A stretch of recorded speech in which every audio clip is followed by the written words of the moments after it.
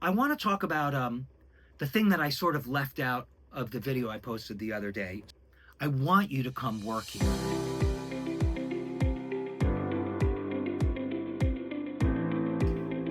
Hey everyone, Doug Besterman here at Studio Origin in New York City.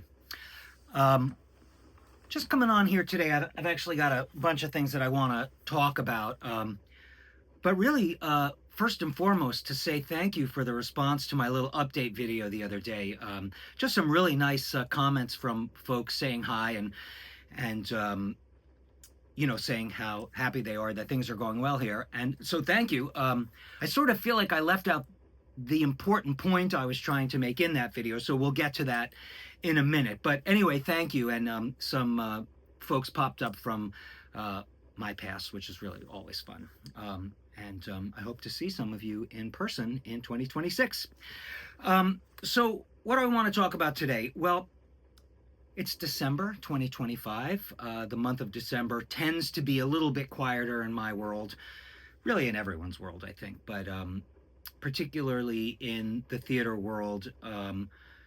We're gearing up for the spring, but this is a time when things kind of slow down a little and people are getting ready for the holidays. So it's a nice time to kind of take stock, especially if you have a studio or a home production rig, that sort of thing. What I do every December is I do a lot of software updates. So doing that now, just if there's an upgrade I need to do on something and it takes a few hours to download, it's a great time to do it. So doing that a bit this month, and updating my template. I mentioned in the video last week that I've got a singer-songwriter from Finland coming in next week to work with me and Sharon Vaughn, which is super fun. I've always wanted to do that. I, of course, have worked with singer-songwriters before, but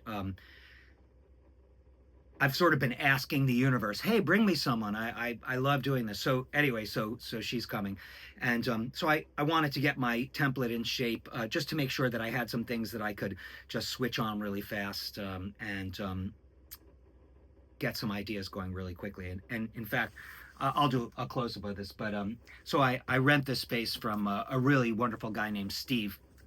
And Steve is in real estate, but he was a music producer, still is really, because once a music producer, always a music producer. But he was really active in the 90s, and he was the one that built out this space. Anyway, he's got a closet full of stuff and some gear that he's letting me use. But I pulled this out of the closet. This is a Machine Micro. It's the last version of it, not the latest and greatest. But I decided to plug it in, and oh, it's super cool. It takes me right back to the day of my Oberheim DX drum machine and my Korg DDD1 and my HR16. You have to be of a certain age to know what those things are, but I might have to get me one of these, unless maybe Steve will let me take it off his hands. But I thought it'd be fun to just have some pads and be able to just knock something out really quick. And also, I fired up the Machine software in the Native Instruments Machine software, and it's a whole environment. I didn't really know much about Machine. It's a standalone app also, but it's kind of like a mini Ableton, and you can do you really produce a whole track in there in terms of like the rhythm part of it. But it operates within Pro Tools as a plugin, so it gives you like a little environment if you want to do sort of drum machine style programming. I mean, there's many things you can use to do that, but Machine, it's fairly powerful, and of course the hardware is optimized to work with the software. Anyway, going off on a tangent. So December, setting things up, sold off a lot of gear this month. Just stuff that was sitting around in the studio. One mic in particular that I've had for years. It was a Sound Deluxe U99. Really, really sweet mic. I bought it in the early 2000s, and man, that thing just sat in the box. I don't know why. Maybe it was because it had its own power supply, and hooking it up just involved a couple of steps, and I like just having a mic. I mean, this mic isn't a super fancy mic. This is one that somebody gave me, and there was a guy in Australia who was making them, not one of the sort of well-known Australian mic manufacturers, and gave a buddy of mine a bunch of them, and he brought me one, and he said, the one thing this guy said was, please, give them to folks who will use them, but I don't want to see them on Reverb or eBay. So I'll never sell that mic, but it's nice. It's sort of, I'm not quite sure. It's sort of maybe a 414 style mic, maybe. But it's nice, and I just kind of have it plugged in at all times. I had a what did I have? A Shure SM7 over there, which is really nice for if you're doing Zoom meetings, and I can easily just swap them out. But I like to do my own scratch vocals for things, and the SM7 has a lot of proximity effect. That's why it's so good for radio and for podcasts and that sort of thing. Those of you who don't know, proximity effect deepens the, it's a low frequency and boost. It boosts the low frequency as you get closer to the mic, which makes you sound, like a booming radio announcer. But I didn't need that for my vocals. It just, for me, it just made them sound very woolly and kind of low endy. So this mic is really nice to have hooked up, and it's not one of my fancy ones that I want to baby a little bit more. Although it's a super nice mic. Anyway, off on another tangent. So yeah, sold the U99, and this is what I wanted to say. If you have a piece of gear or a mic or something and you're just sitting on it and not using it, let it go, man. I mean, somebody's going to want it. The guy that bought my U99, he was so happy to have this mic. He must have been looking for one, and this was one of the older ones from the 90s, before Sound Deluxe changed hands and became oh, somebody will know. I'll think of it. I'm having a senior moment. Dave. Anyway, the guy who built the mic started putting mics out under his own name, and then Sound Deluxe. I think the line came back, but this was before. So now the mic's in the hands of somebody who's really going to use it, and I've got a couple G's in my pocket, which I can use to buy more guitars. No, don't tell my wife that. We're using it to to pay off some of the guitars I already bought. So that's kind of what December is. And of course, it gives me a lot of time for guitar practice, which I try to do. I try to do it an hour a day, spread out, 15, 20 minutes here and there over the course of the day. Really, I'm just trying to build finger strength and dexterity, and obviously learn. I mean, I know all the basic shapes now. I know, I can do bar chords, major, minor, dominant, seventh, pretty well. So transitions between chords, obviously, you just got to put in your time on those. But also, the more that you learn triad shapes and on the different string sets, the more you can do. And that's what I'm realizing is once you sort of get into I'm sort of crossing into the intermediate level. I mean, I'm doing it all myself, so who knows what I am, advanced beginner. But as you start to understand how pro guitars, particularly rhythm, how they use these triad shapes, you realize that you got to know them on all the string sets, and you got to be able to move between them really quickly. And if you're a guitarist, you're like, yeah, duh. But for those of us that are kind of just starting out, it's kind of a revelation when you realize how rhythm guitars in particular do what they do. It's because for example, I'll take something down by ear and I'll be playing on the top three strings, and I'm like, oh, I understand that pattern. It's this shape and this shape and this shape, and you got to change positions. Well, a pro guitarist will do that without changing positions. They'll just move to the next three strings and do the shapes there to go 1, 4, 5 or whatever they want to do. So it's that. I got to learn those things. So, and man, it just takes time. You got to put in your time. So, spending time on that and learning a little more repertoire, which you can do and sort of practice your your technique and get your skills up while also learning songs that you want to play. So we're doing a bit of that too. And I'm selling off a guitar, my Schecter, which is probably my nicest guitar, but it's more than I need. And again, I haven't been playing it. So if you're in the market for a Schecter Reaper 6 custom, it's on Reverb. I'm blowing it out. I mean, that guitar's worth in the 800s, and I'm selling it in the 700s. So it's a good deal. And if you're in New York and you want it, you won't have to pay shipping. So hit me up. And I may sell my Strat also. It's really an entry-level Strat, and I think I want something a little nicer. So, but I haven't put that up yet. Anyway, I want to talk about the thing that I sort of left out of the video I posted the other day. So I got a lot of congratulations on your new business. I've been getting that a lot from friends, which is really sweet. And of course, it is kind of a new business. But what I've really done is I've rebranded my studio. I've had this space for 3 years. I had another space for 3 years. I had spaces in LA, meaning rooms, that I had my gear set up in where you could come and work. But what I decided to do was when I started Arrival Arts, I wanted to brand the studio in a way that would kind of connect with Arrival Arts. So that was when the idea of Studio Origin was born, meaning where new works can originate. And this is the place where I work. But so the brand is new, but it's not like I've never had a studio before, and it's not like the doors haven't been open. But here's what's different. I want you to come work here, and that's different. Before, this was a place where I worked, and if I had a project that was, that required the composer, lyricist, or producer, or someone to come in and listen to something. I scored a couple films, and so the director would come, the producer would come, and listen to cues and that sort of thing. My door was always open for folks that I was working with. But now what's different is I want you to come here. I want to do your project with you. And like I've explained in some earlier videos, I like to be involved earlier in the process. And things have changed in theater in the sense that there are all these super talented cats out there who are music supervisor, arranger, orchestrators. And that just goes hand in hand with the type of scores that you're seeing now. Oftentimes the composer or composing team is somebody, obviously super talented, great writer, but with sort of limited skills in terms of production, and maybe they're not facile at writing their stuff down. So there'll be a team of people in musical theater that will support that composer, and what tends to happen is they'll connect with one of these sort of music supervisor folks who will be like a one-stop shop. They'll take the score, they'll working with the rest of their team, they'll get it transcribed, then they'll arrange it, and then they'll start to orchestrate it and make customize it for the production.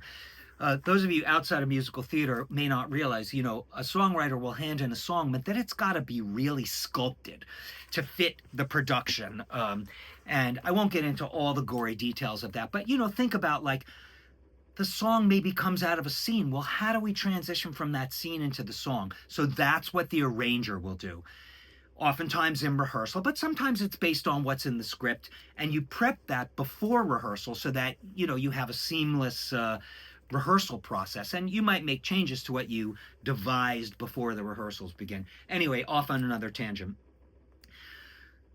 But I've always kind of been that person on certain projects. I mean, when I got into the business, you were just an orchestrator. So you'd come in, the orchestrator would come in at the time when orchestrations were needed for that production, and about 6 weeks before the first band call.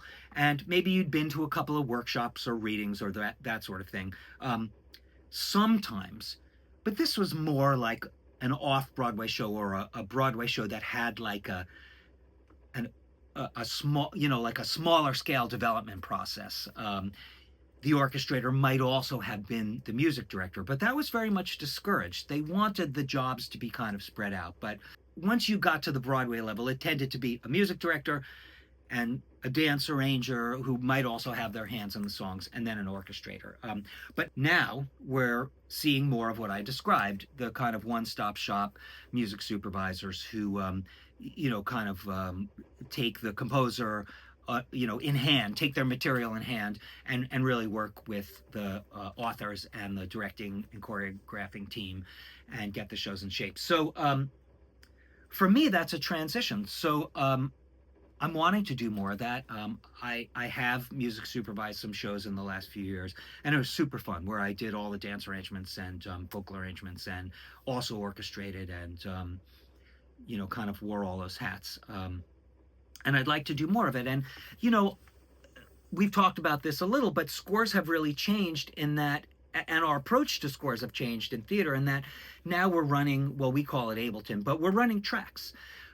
So you can have rhythm tracks, you can have extra material to augment your live players, and one always hopes that one has a large enough band that you have enough acoustic sound to create a full sound. But scores today need extra. You need synth sounds, you need extra rhythm material, loops, and that loop, especially if the score has loop based, has songs that could benefit from loop based production. So the orchestrator, in hand with other members of the music team, we're kind of producing the music as much as we are arranging and orchestrating. And of course, in the pop world, the producer kind of is the arranger orchestrator. I mean, they might bring in a specialist to write a string or orchestra arrangement, and then they call that the string arranger or string orchestrator or whatever. Mostly they call them string arrangements. But the producer's producing everything else. They're bringing in a guitarist, if you know, bass player, drummer, you know, they're putting it together. The kind of in the way that we do shows now. So anyway, the orchestrator job slash musical supervisor job has become more of that in theater. So that's what Studio Origin is. And you know what's great about that job is you get to be involved very early in the process. And I mentioned in my last video that I'm starting work on a revival, and I'm working with an incredible music director, music supervisor on that. I'm not sure he's going to music direct. I think he's going to, his title is music supervisor, but he's a incredibly talented arranger, producer, composer, and he and I are going to work together, you know, kind of orchestrating and arranging. I think I'm going to handle dance. He's going to sort of write all the new material, the transitions, and it's a cool revival. There's a lot of really amazing ideas. I'm not going to say what it is yet because it hasn't even really been announced, but so we're going to use the studio for that. You know, the directing, choreographing team might come down and we'll work together, and there'll be a lot of passing around of demos and ideas, which is, it's great. I mean, and it's also how pop music, commercial music, dance music it's how it gets created. You know, that sometimes there's a kind of one man band, one man. Sorry, we're in 2026 almost, folks. There's one person, one artist who is you know, kind of sitting behind the computer, and he or she are creating the tracks and that sort of thing. But oftentimes it's collaborative. You'll just have a little team of people, and you know, you reach out to a specialist if you need them. So so it's that, you know, it's always great when you can fertilize each other's creativity in a little team. You know, it's why I got into theater. You know, I could have decided I want to be a composer or something and write my symphonies and just work all on my own. But theater is collaborative, and I like the collaborative. I like collaborative media. I like working in fields where there's collaboration. So anyway, Studio Origin, so that's what it is. So the thing that I didn't say in my video was I want you to get in touch with me and come here and work. Now, let's be clear. You gotta pay for it, right? So I've been doing this for 40 years, so you know you're coming to somebody that's got a lot of knowledge and experience, and you know I want to work out packages with people. But who is this for? This is for people who maybe have some producers behind them and want to explore the next level of arranging beyond a composer demo. And those of you who are in that world know what a composer demo is. It's the composer. And or lyricist kind of singing their own material. Sometimes they'll bring a singer in, but it's that first level of demo. This is what the song's going to sound like. This is the shape of it, and maybe there's a little production on it. But if you want to up that production, you want to take that to the next level. So this could be for you. If you're heading towards a production and you want to develop some material, this could be for you also. And here's the thing, you know, I want to be your orchestrator if you're at the point and we feel it's a good fit. But also if you want to bring in your orchestrator or music supervisor, you know, that is interesting to me too. And then I would be sort of a facilitator, like a co-producer, that sort of thing. And while I'm not, this isn't a space for rent, you know, I'm not going to give you the keys and say have fun. I'm going to be here with you. So and there are plenty of spaces you can rent. And in fact, most people that do that musical supervision thing have their own rigs, you know, so you can go to them but if you want to come to a place where there's a vocal booth or where there's, you know, gear, anyway, that, you know, that's what I'm looking to do with you. Come work with me. And especially while things are less busy. And while I do have some projects coming up in the new year, there's space in my schedule for this, and it's very exciting to me. I love the idea of working with both experienced talent who are out there, have been out there doing their thing, and I've had some folks come into the studio already who I've been working with for decades. But I want to meet the newer folks too. And again, if you have a team in place already, get in touch because there may be a way that we can work together. Also, so so that's kind of the thing that I left out. So is it a new business? Yes and no. But the invitation to come here and work is kind of new, and that's the thing that I'm really wanting people to know. And that's why I've been sort of showing folks what the studio space looks like, so you can get an idea. You're coming to a place. There's, I don't know, this sounds crazy, but there's good vibes here. It's a sunlit room, and when I realized how nice it felt to work here, I thought people should come here and be in this space with me. So anyway, that's what I wanted to say today. So again, if you come here, you get my input on your project. You get some one-on-one time with me. I do like to do, when I get into the nuts and bolts. I'm someone who likes to do that on my own. So imagine the process would be: you come here, we get some sounds, we talk, we listen to some music together. Then maybe you go away and I do some work, and then you come back and we sculpt things together, or you bring me ideas. It's that sort of thing. Like I said, it's that cross pollination of ideas, which is so exciting. So anyway, that's today's talk. Thank you so much for watching, and please get in touch. The easiest way to do it is to either go on my website, dougbesterman.com. It's very easy. info@dougbesterman.com is one way to get in touch with me. There's also a contact link on the Arrival Arts site, and you can see some of the pricing there. What I want to say is we'll work it out. If you're wanting to do like a little package of songs, we'll figure out something that's affordable to you and makes sense. So don't let that don't let that scare you away. But in any case, come work, and hopefully we'll meet in 2026. Enjoy December. It's a great month. It's a fun month in New York. Obviously, the holiday season is, it's a very festive time here. So we're all looking forward to that, and that incredible week between Christmas and New Year's, which is my favorite week of the year, where everything is slow. I'll get to spend some time with my wife Alita, and we're still brainstorming a lot of Arrival Art stuff. And we'll have some stuff to talk about in 2026. There's a lot of plans in the works. So anyway, thank you. Happy holidays. Happy New Year if we don't speak before. And again, thanks for tuning in, and watch the space. As always, more soon.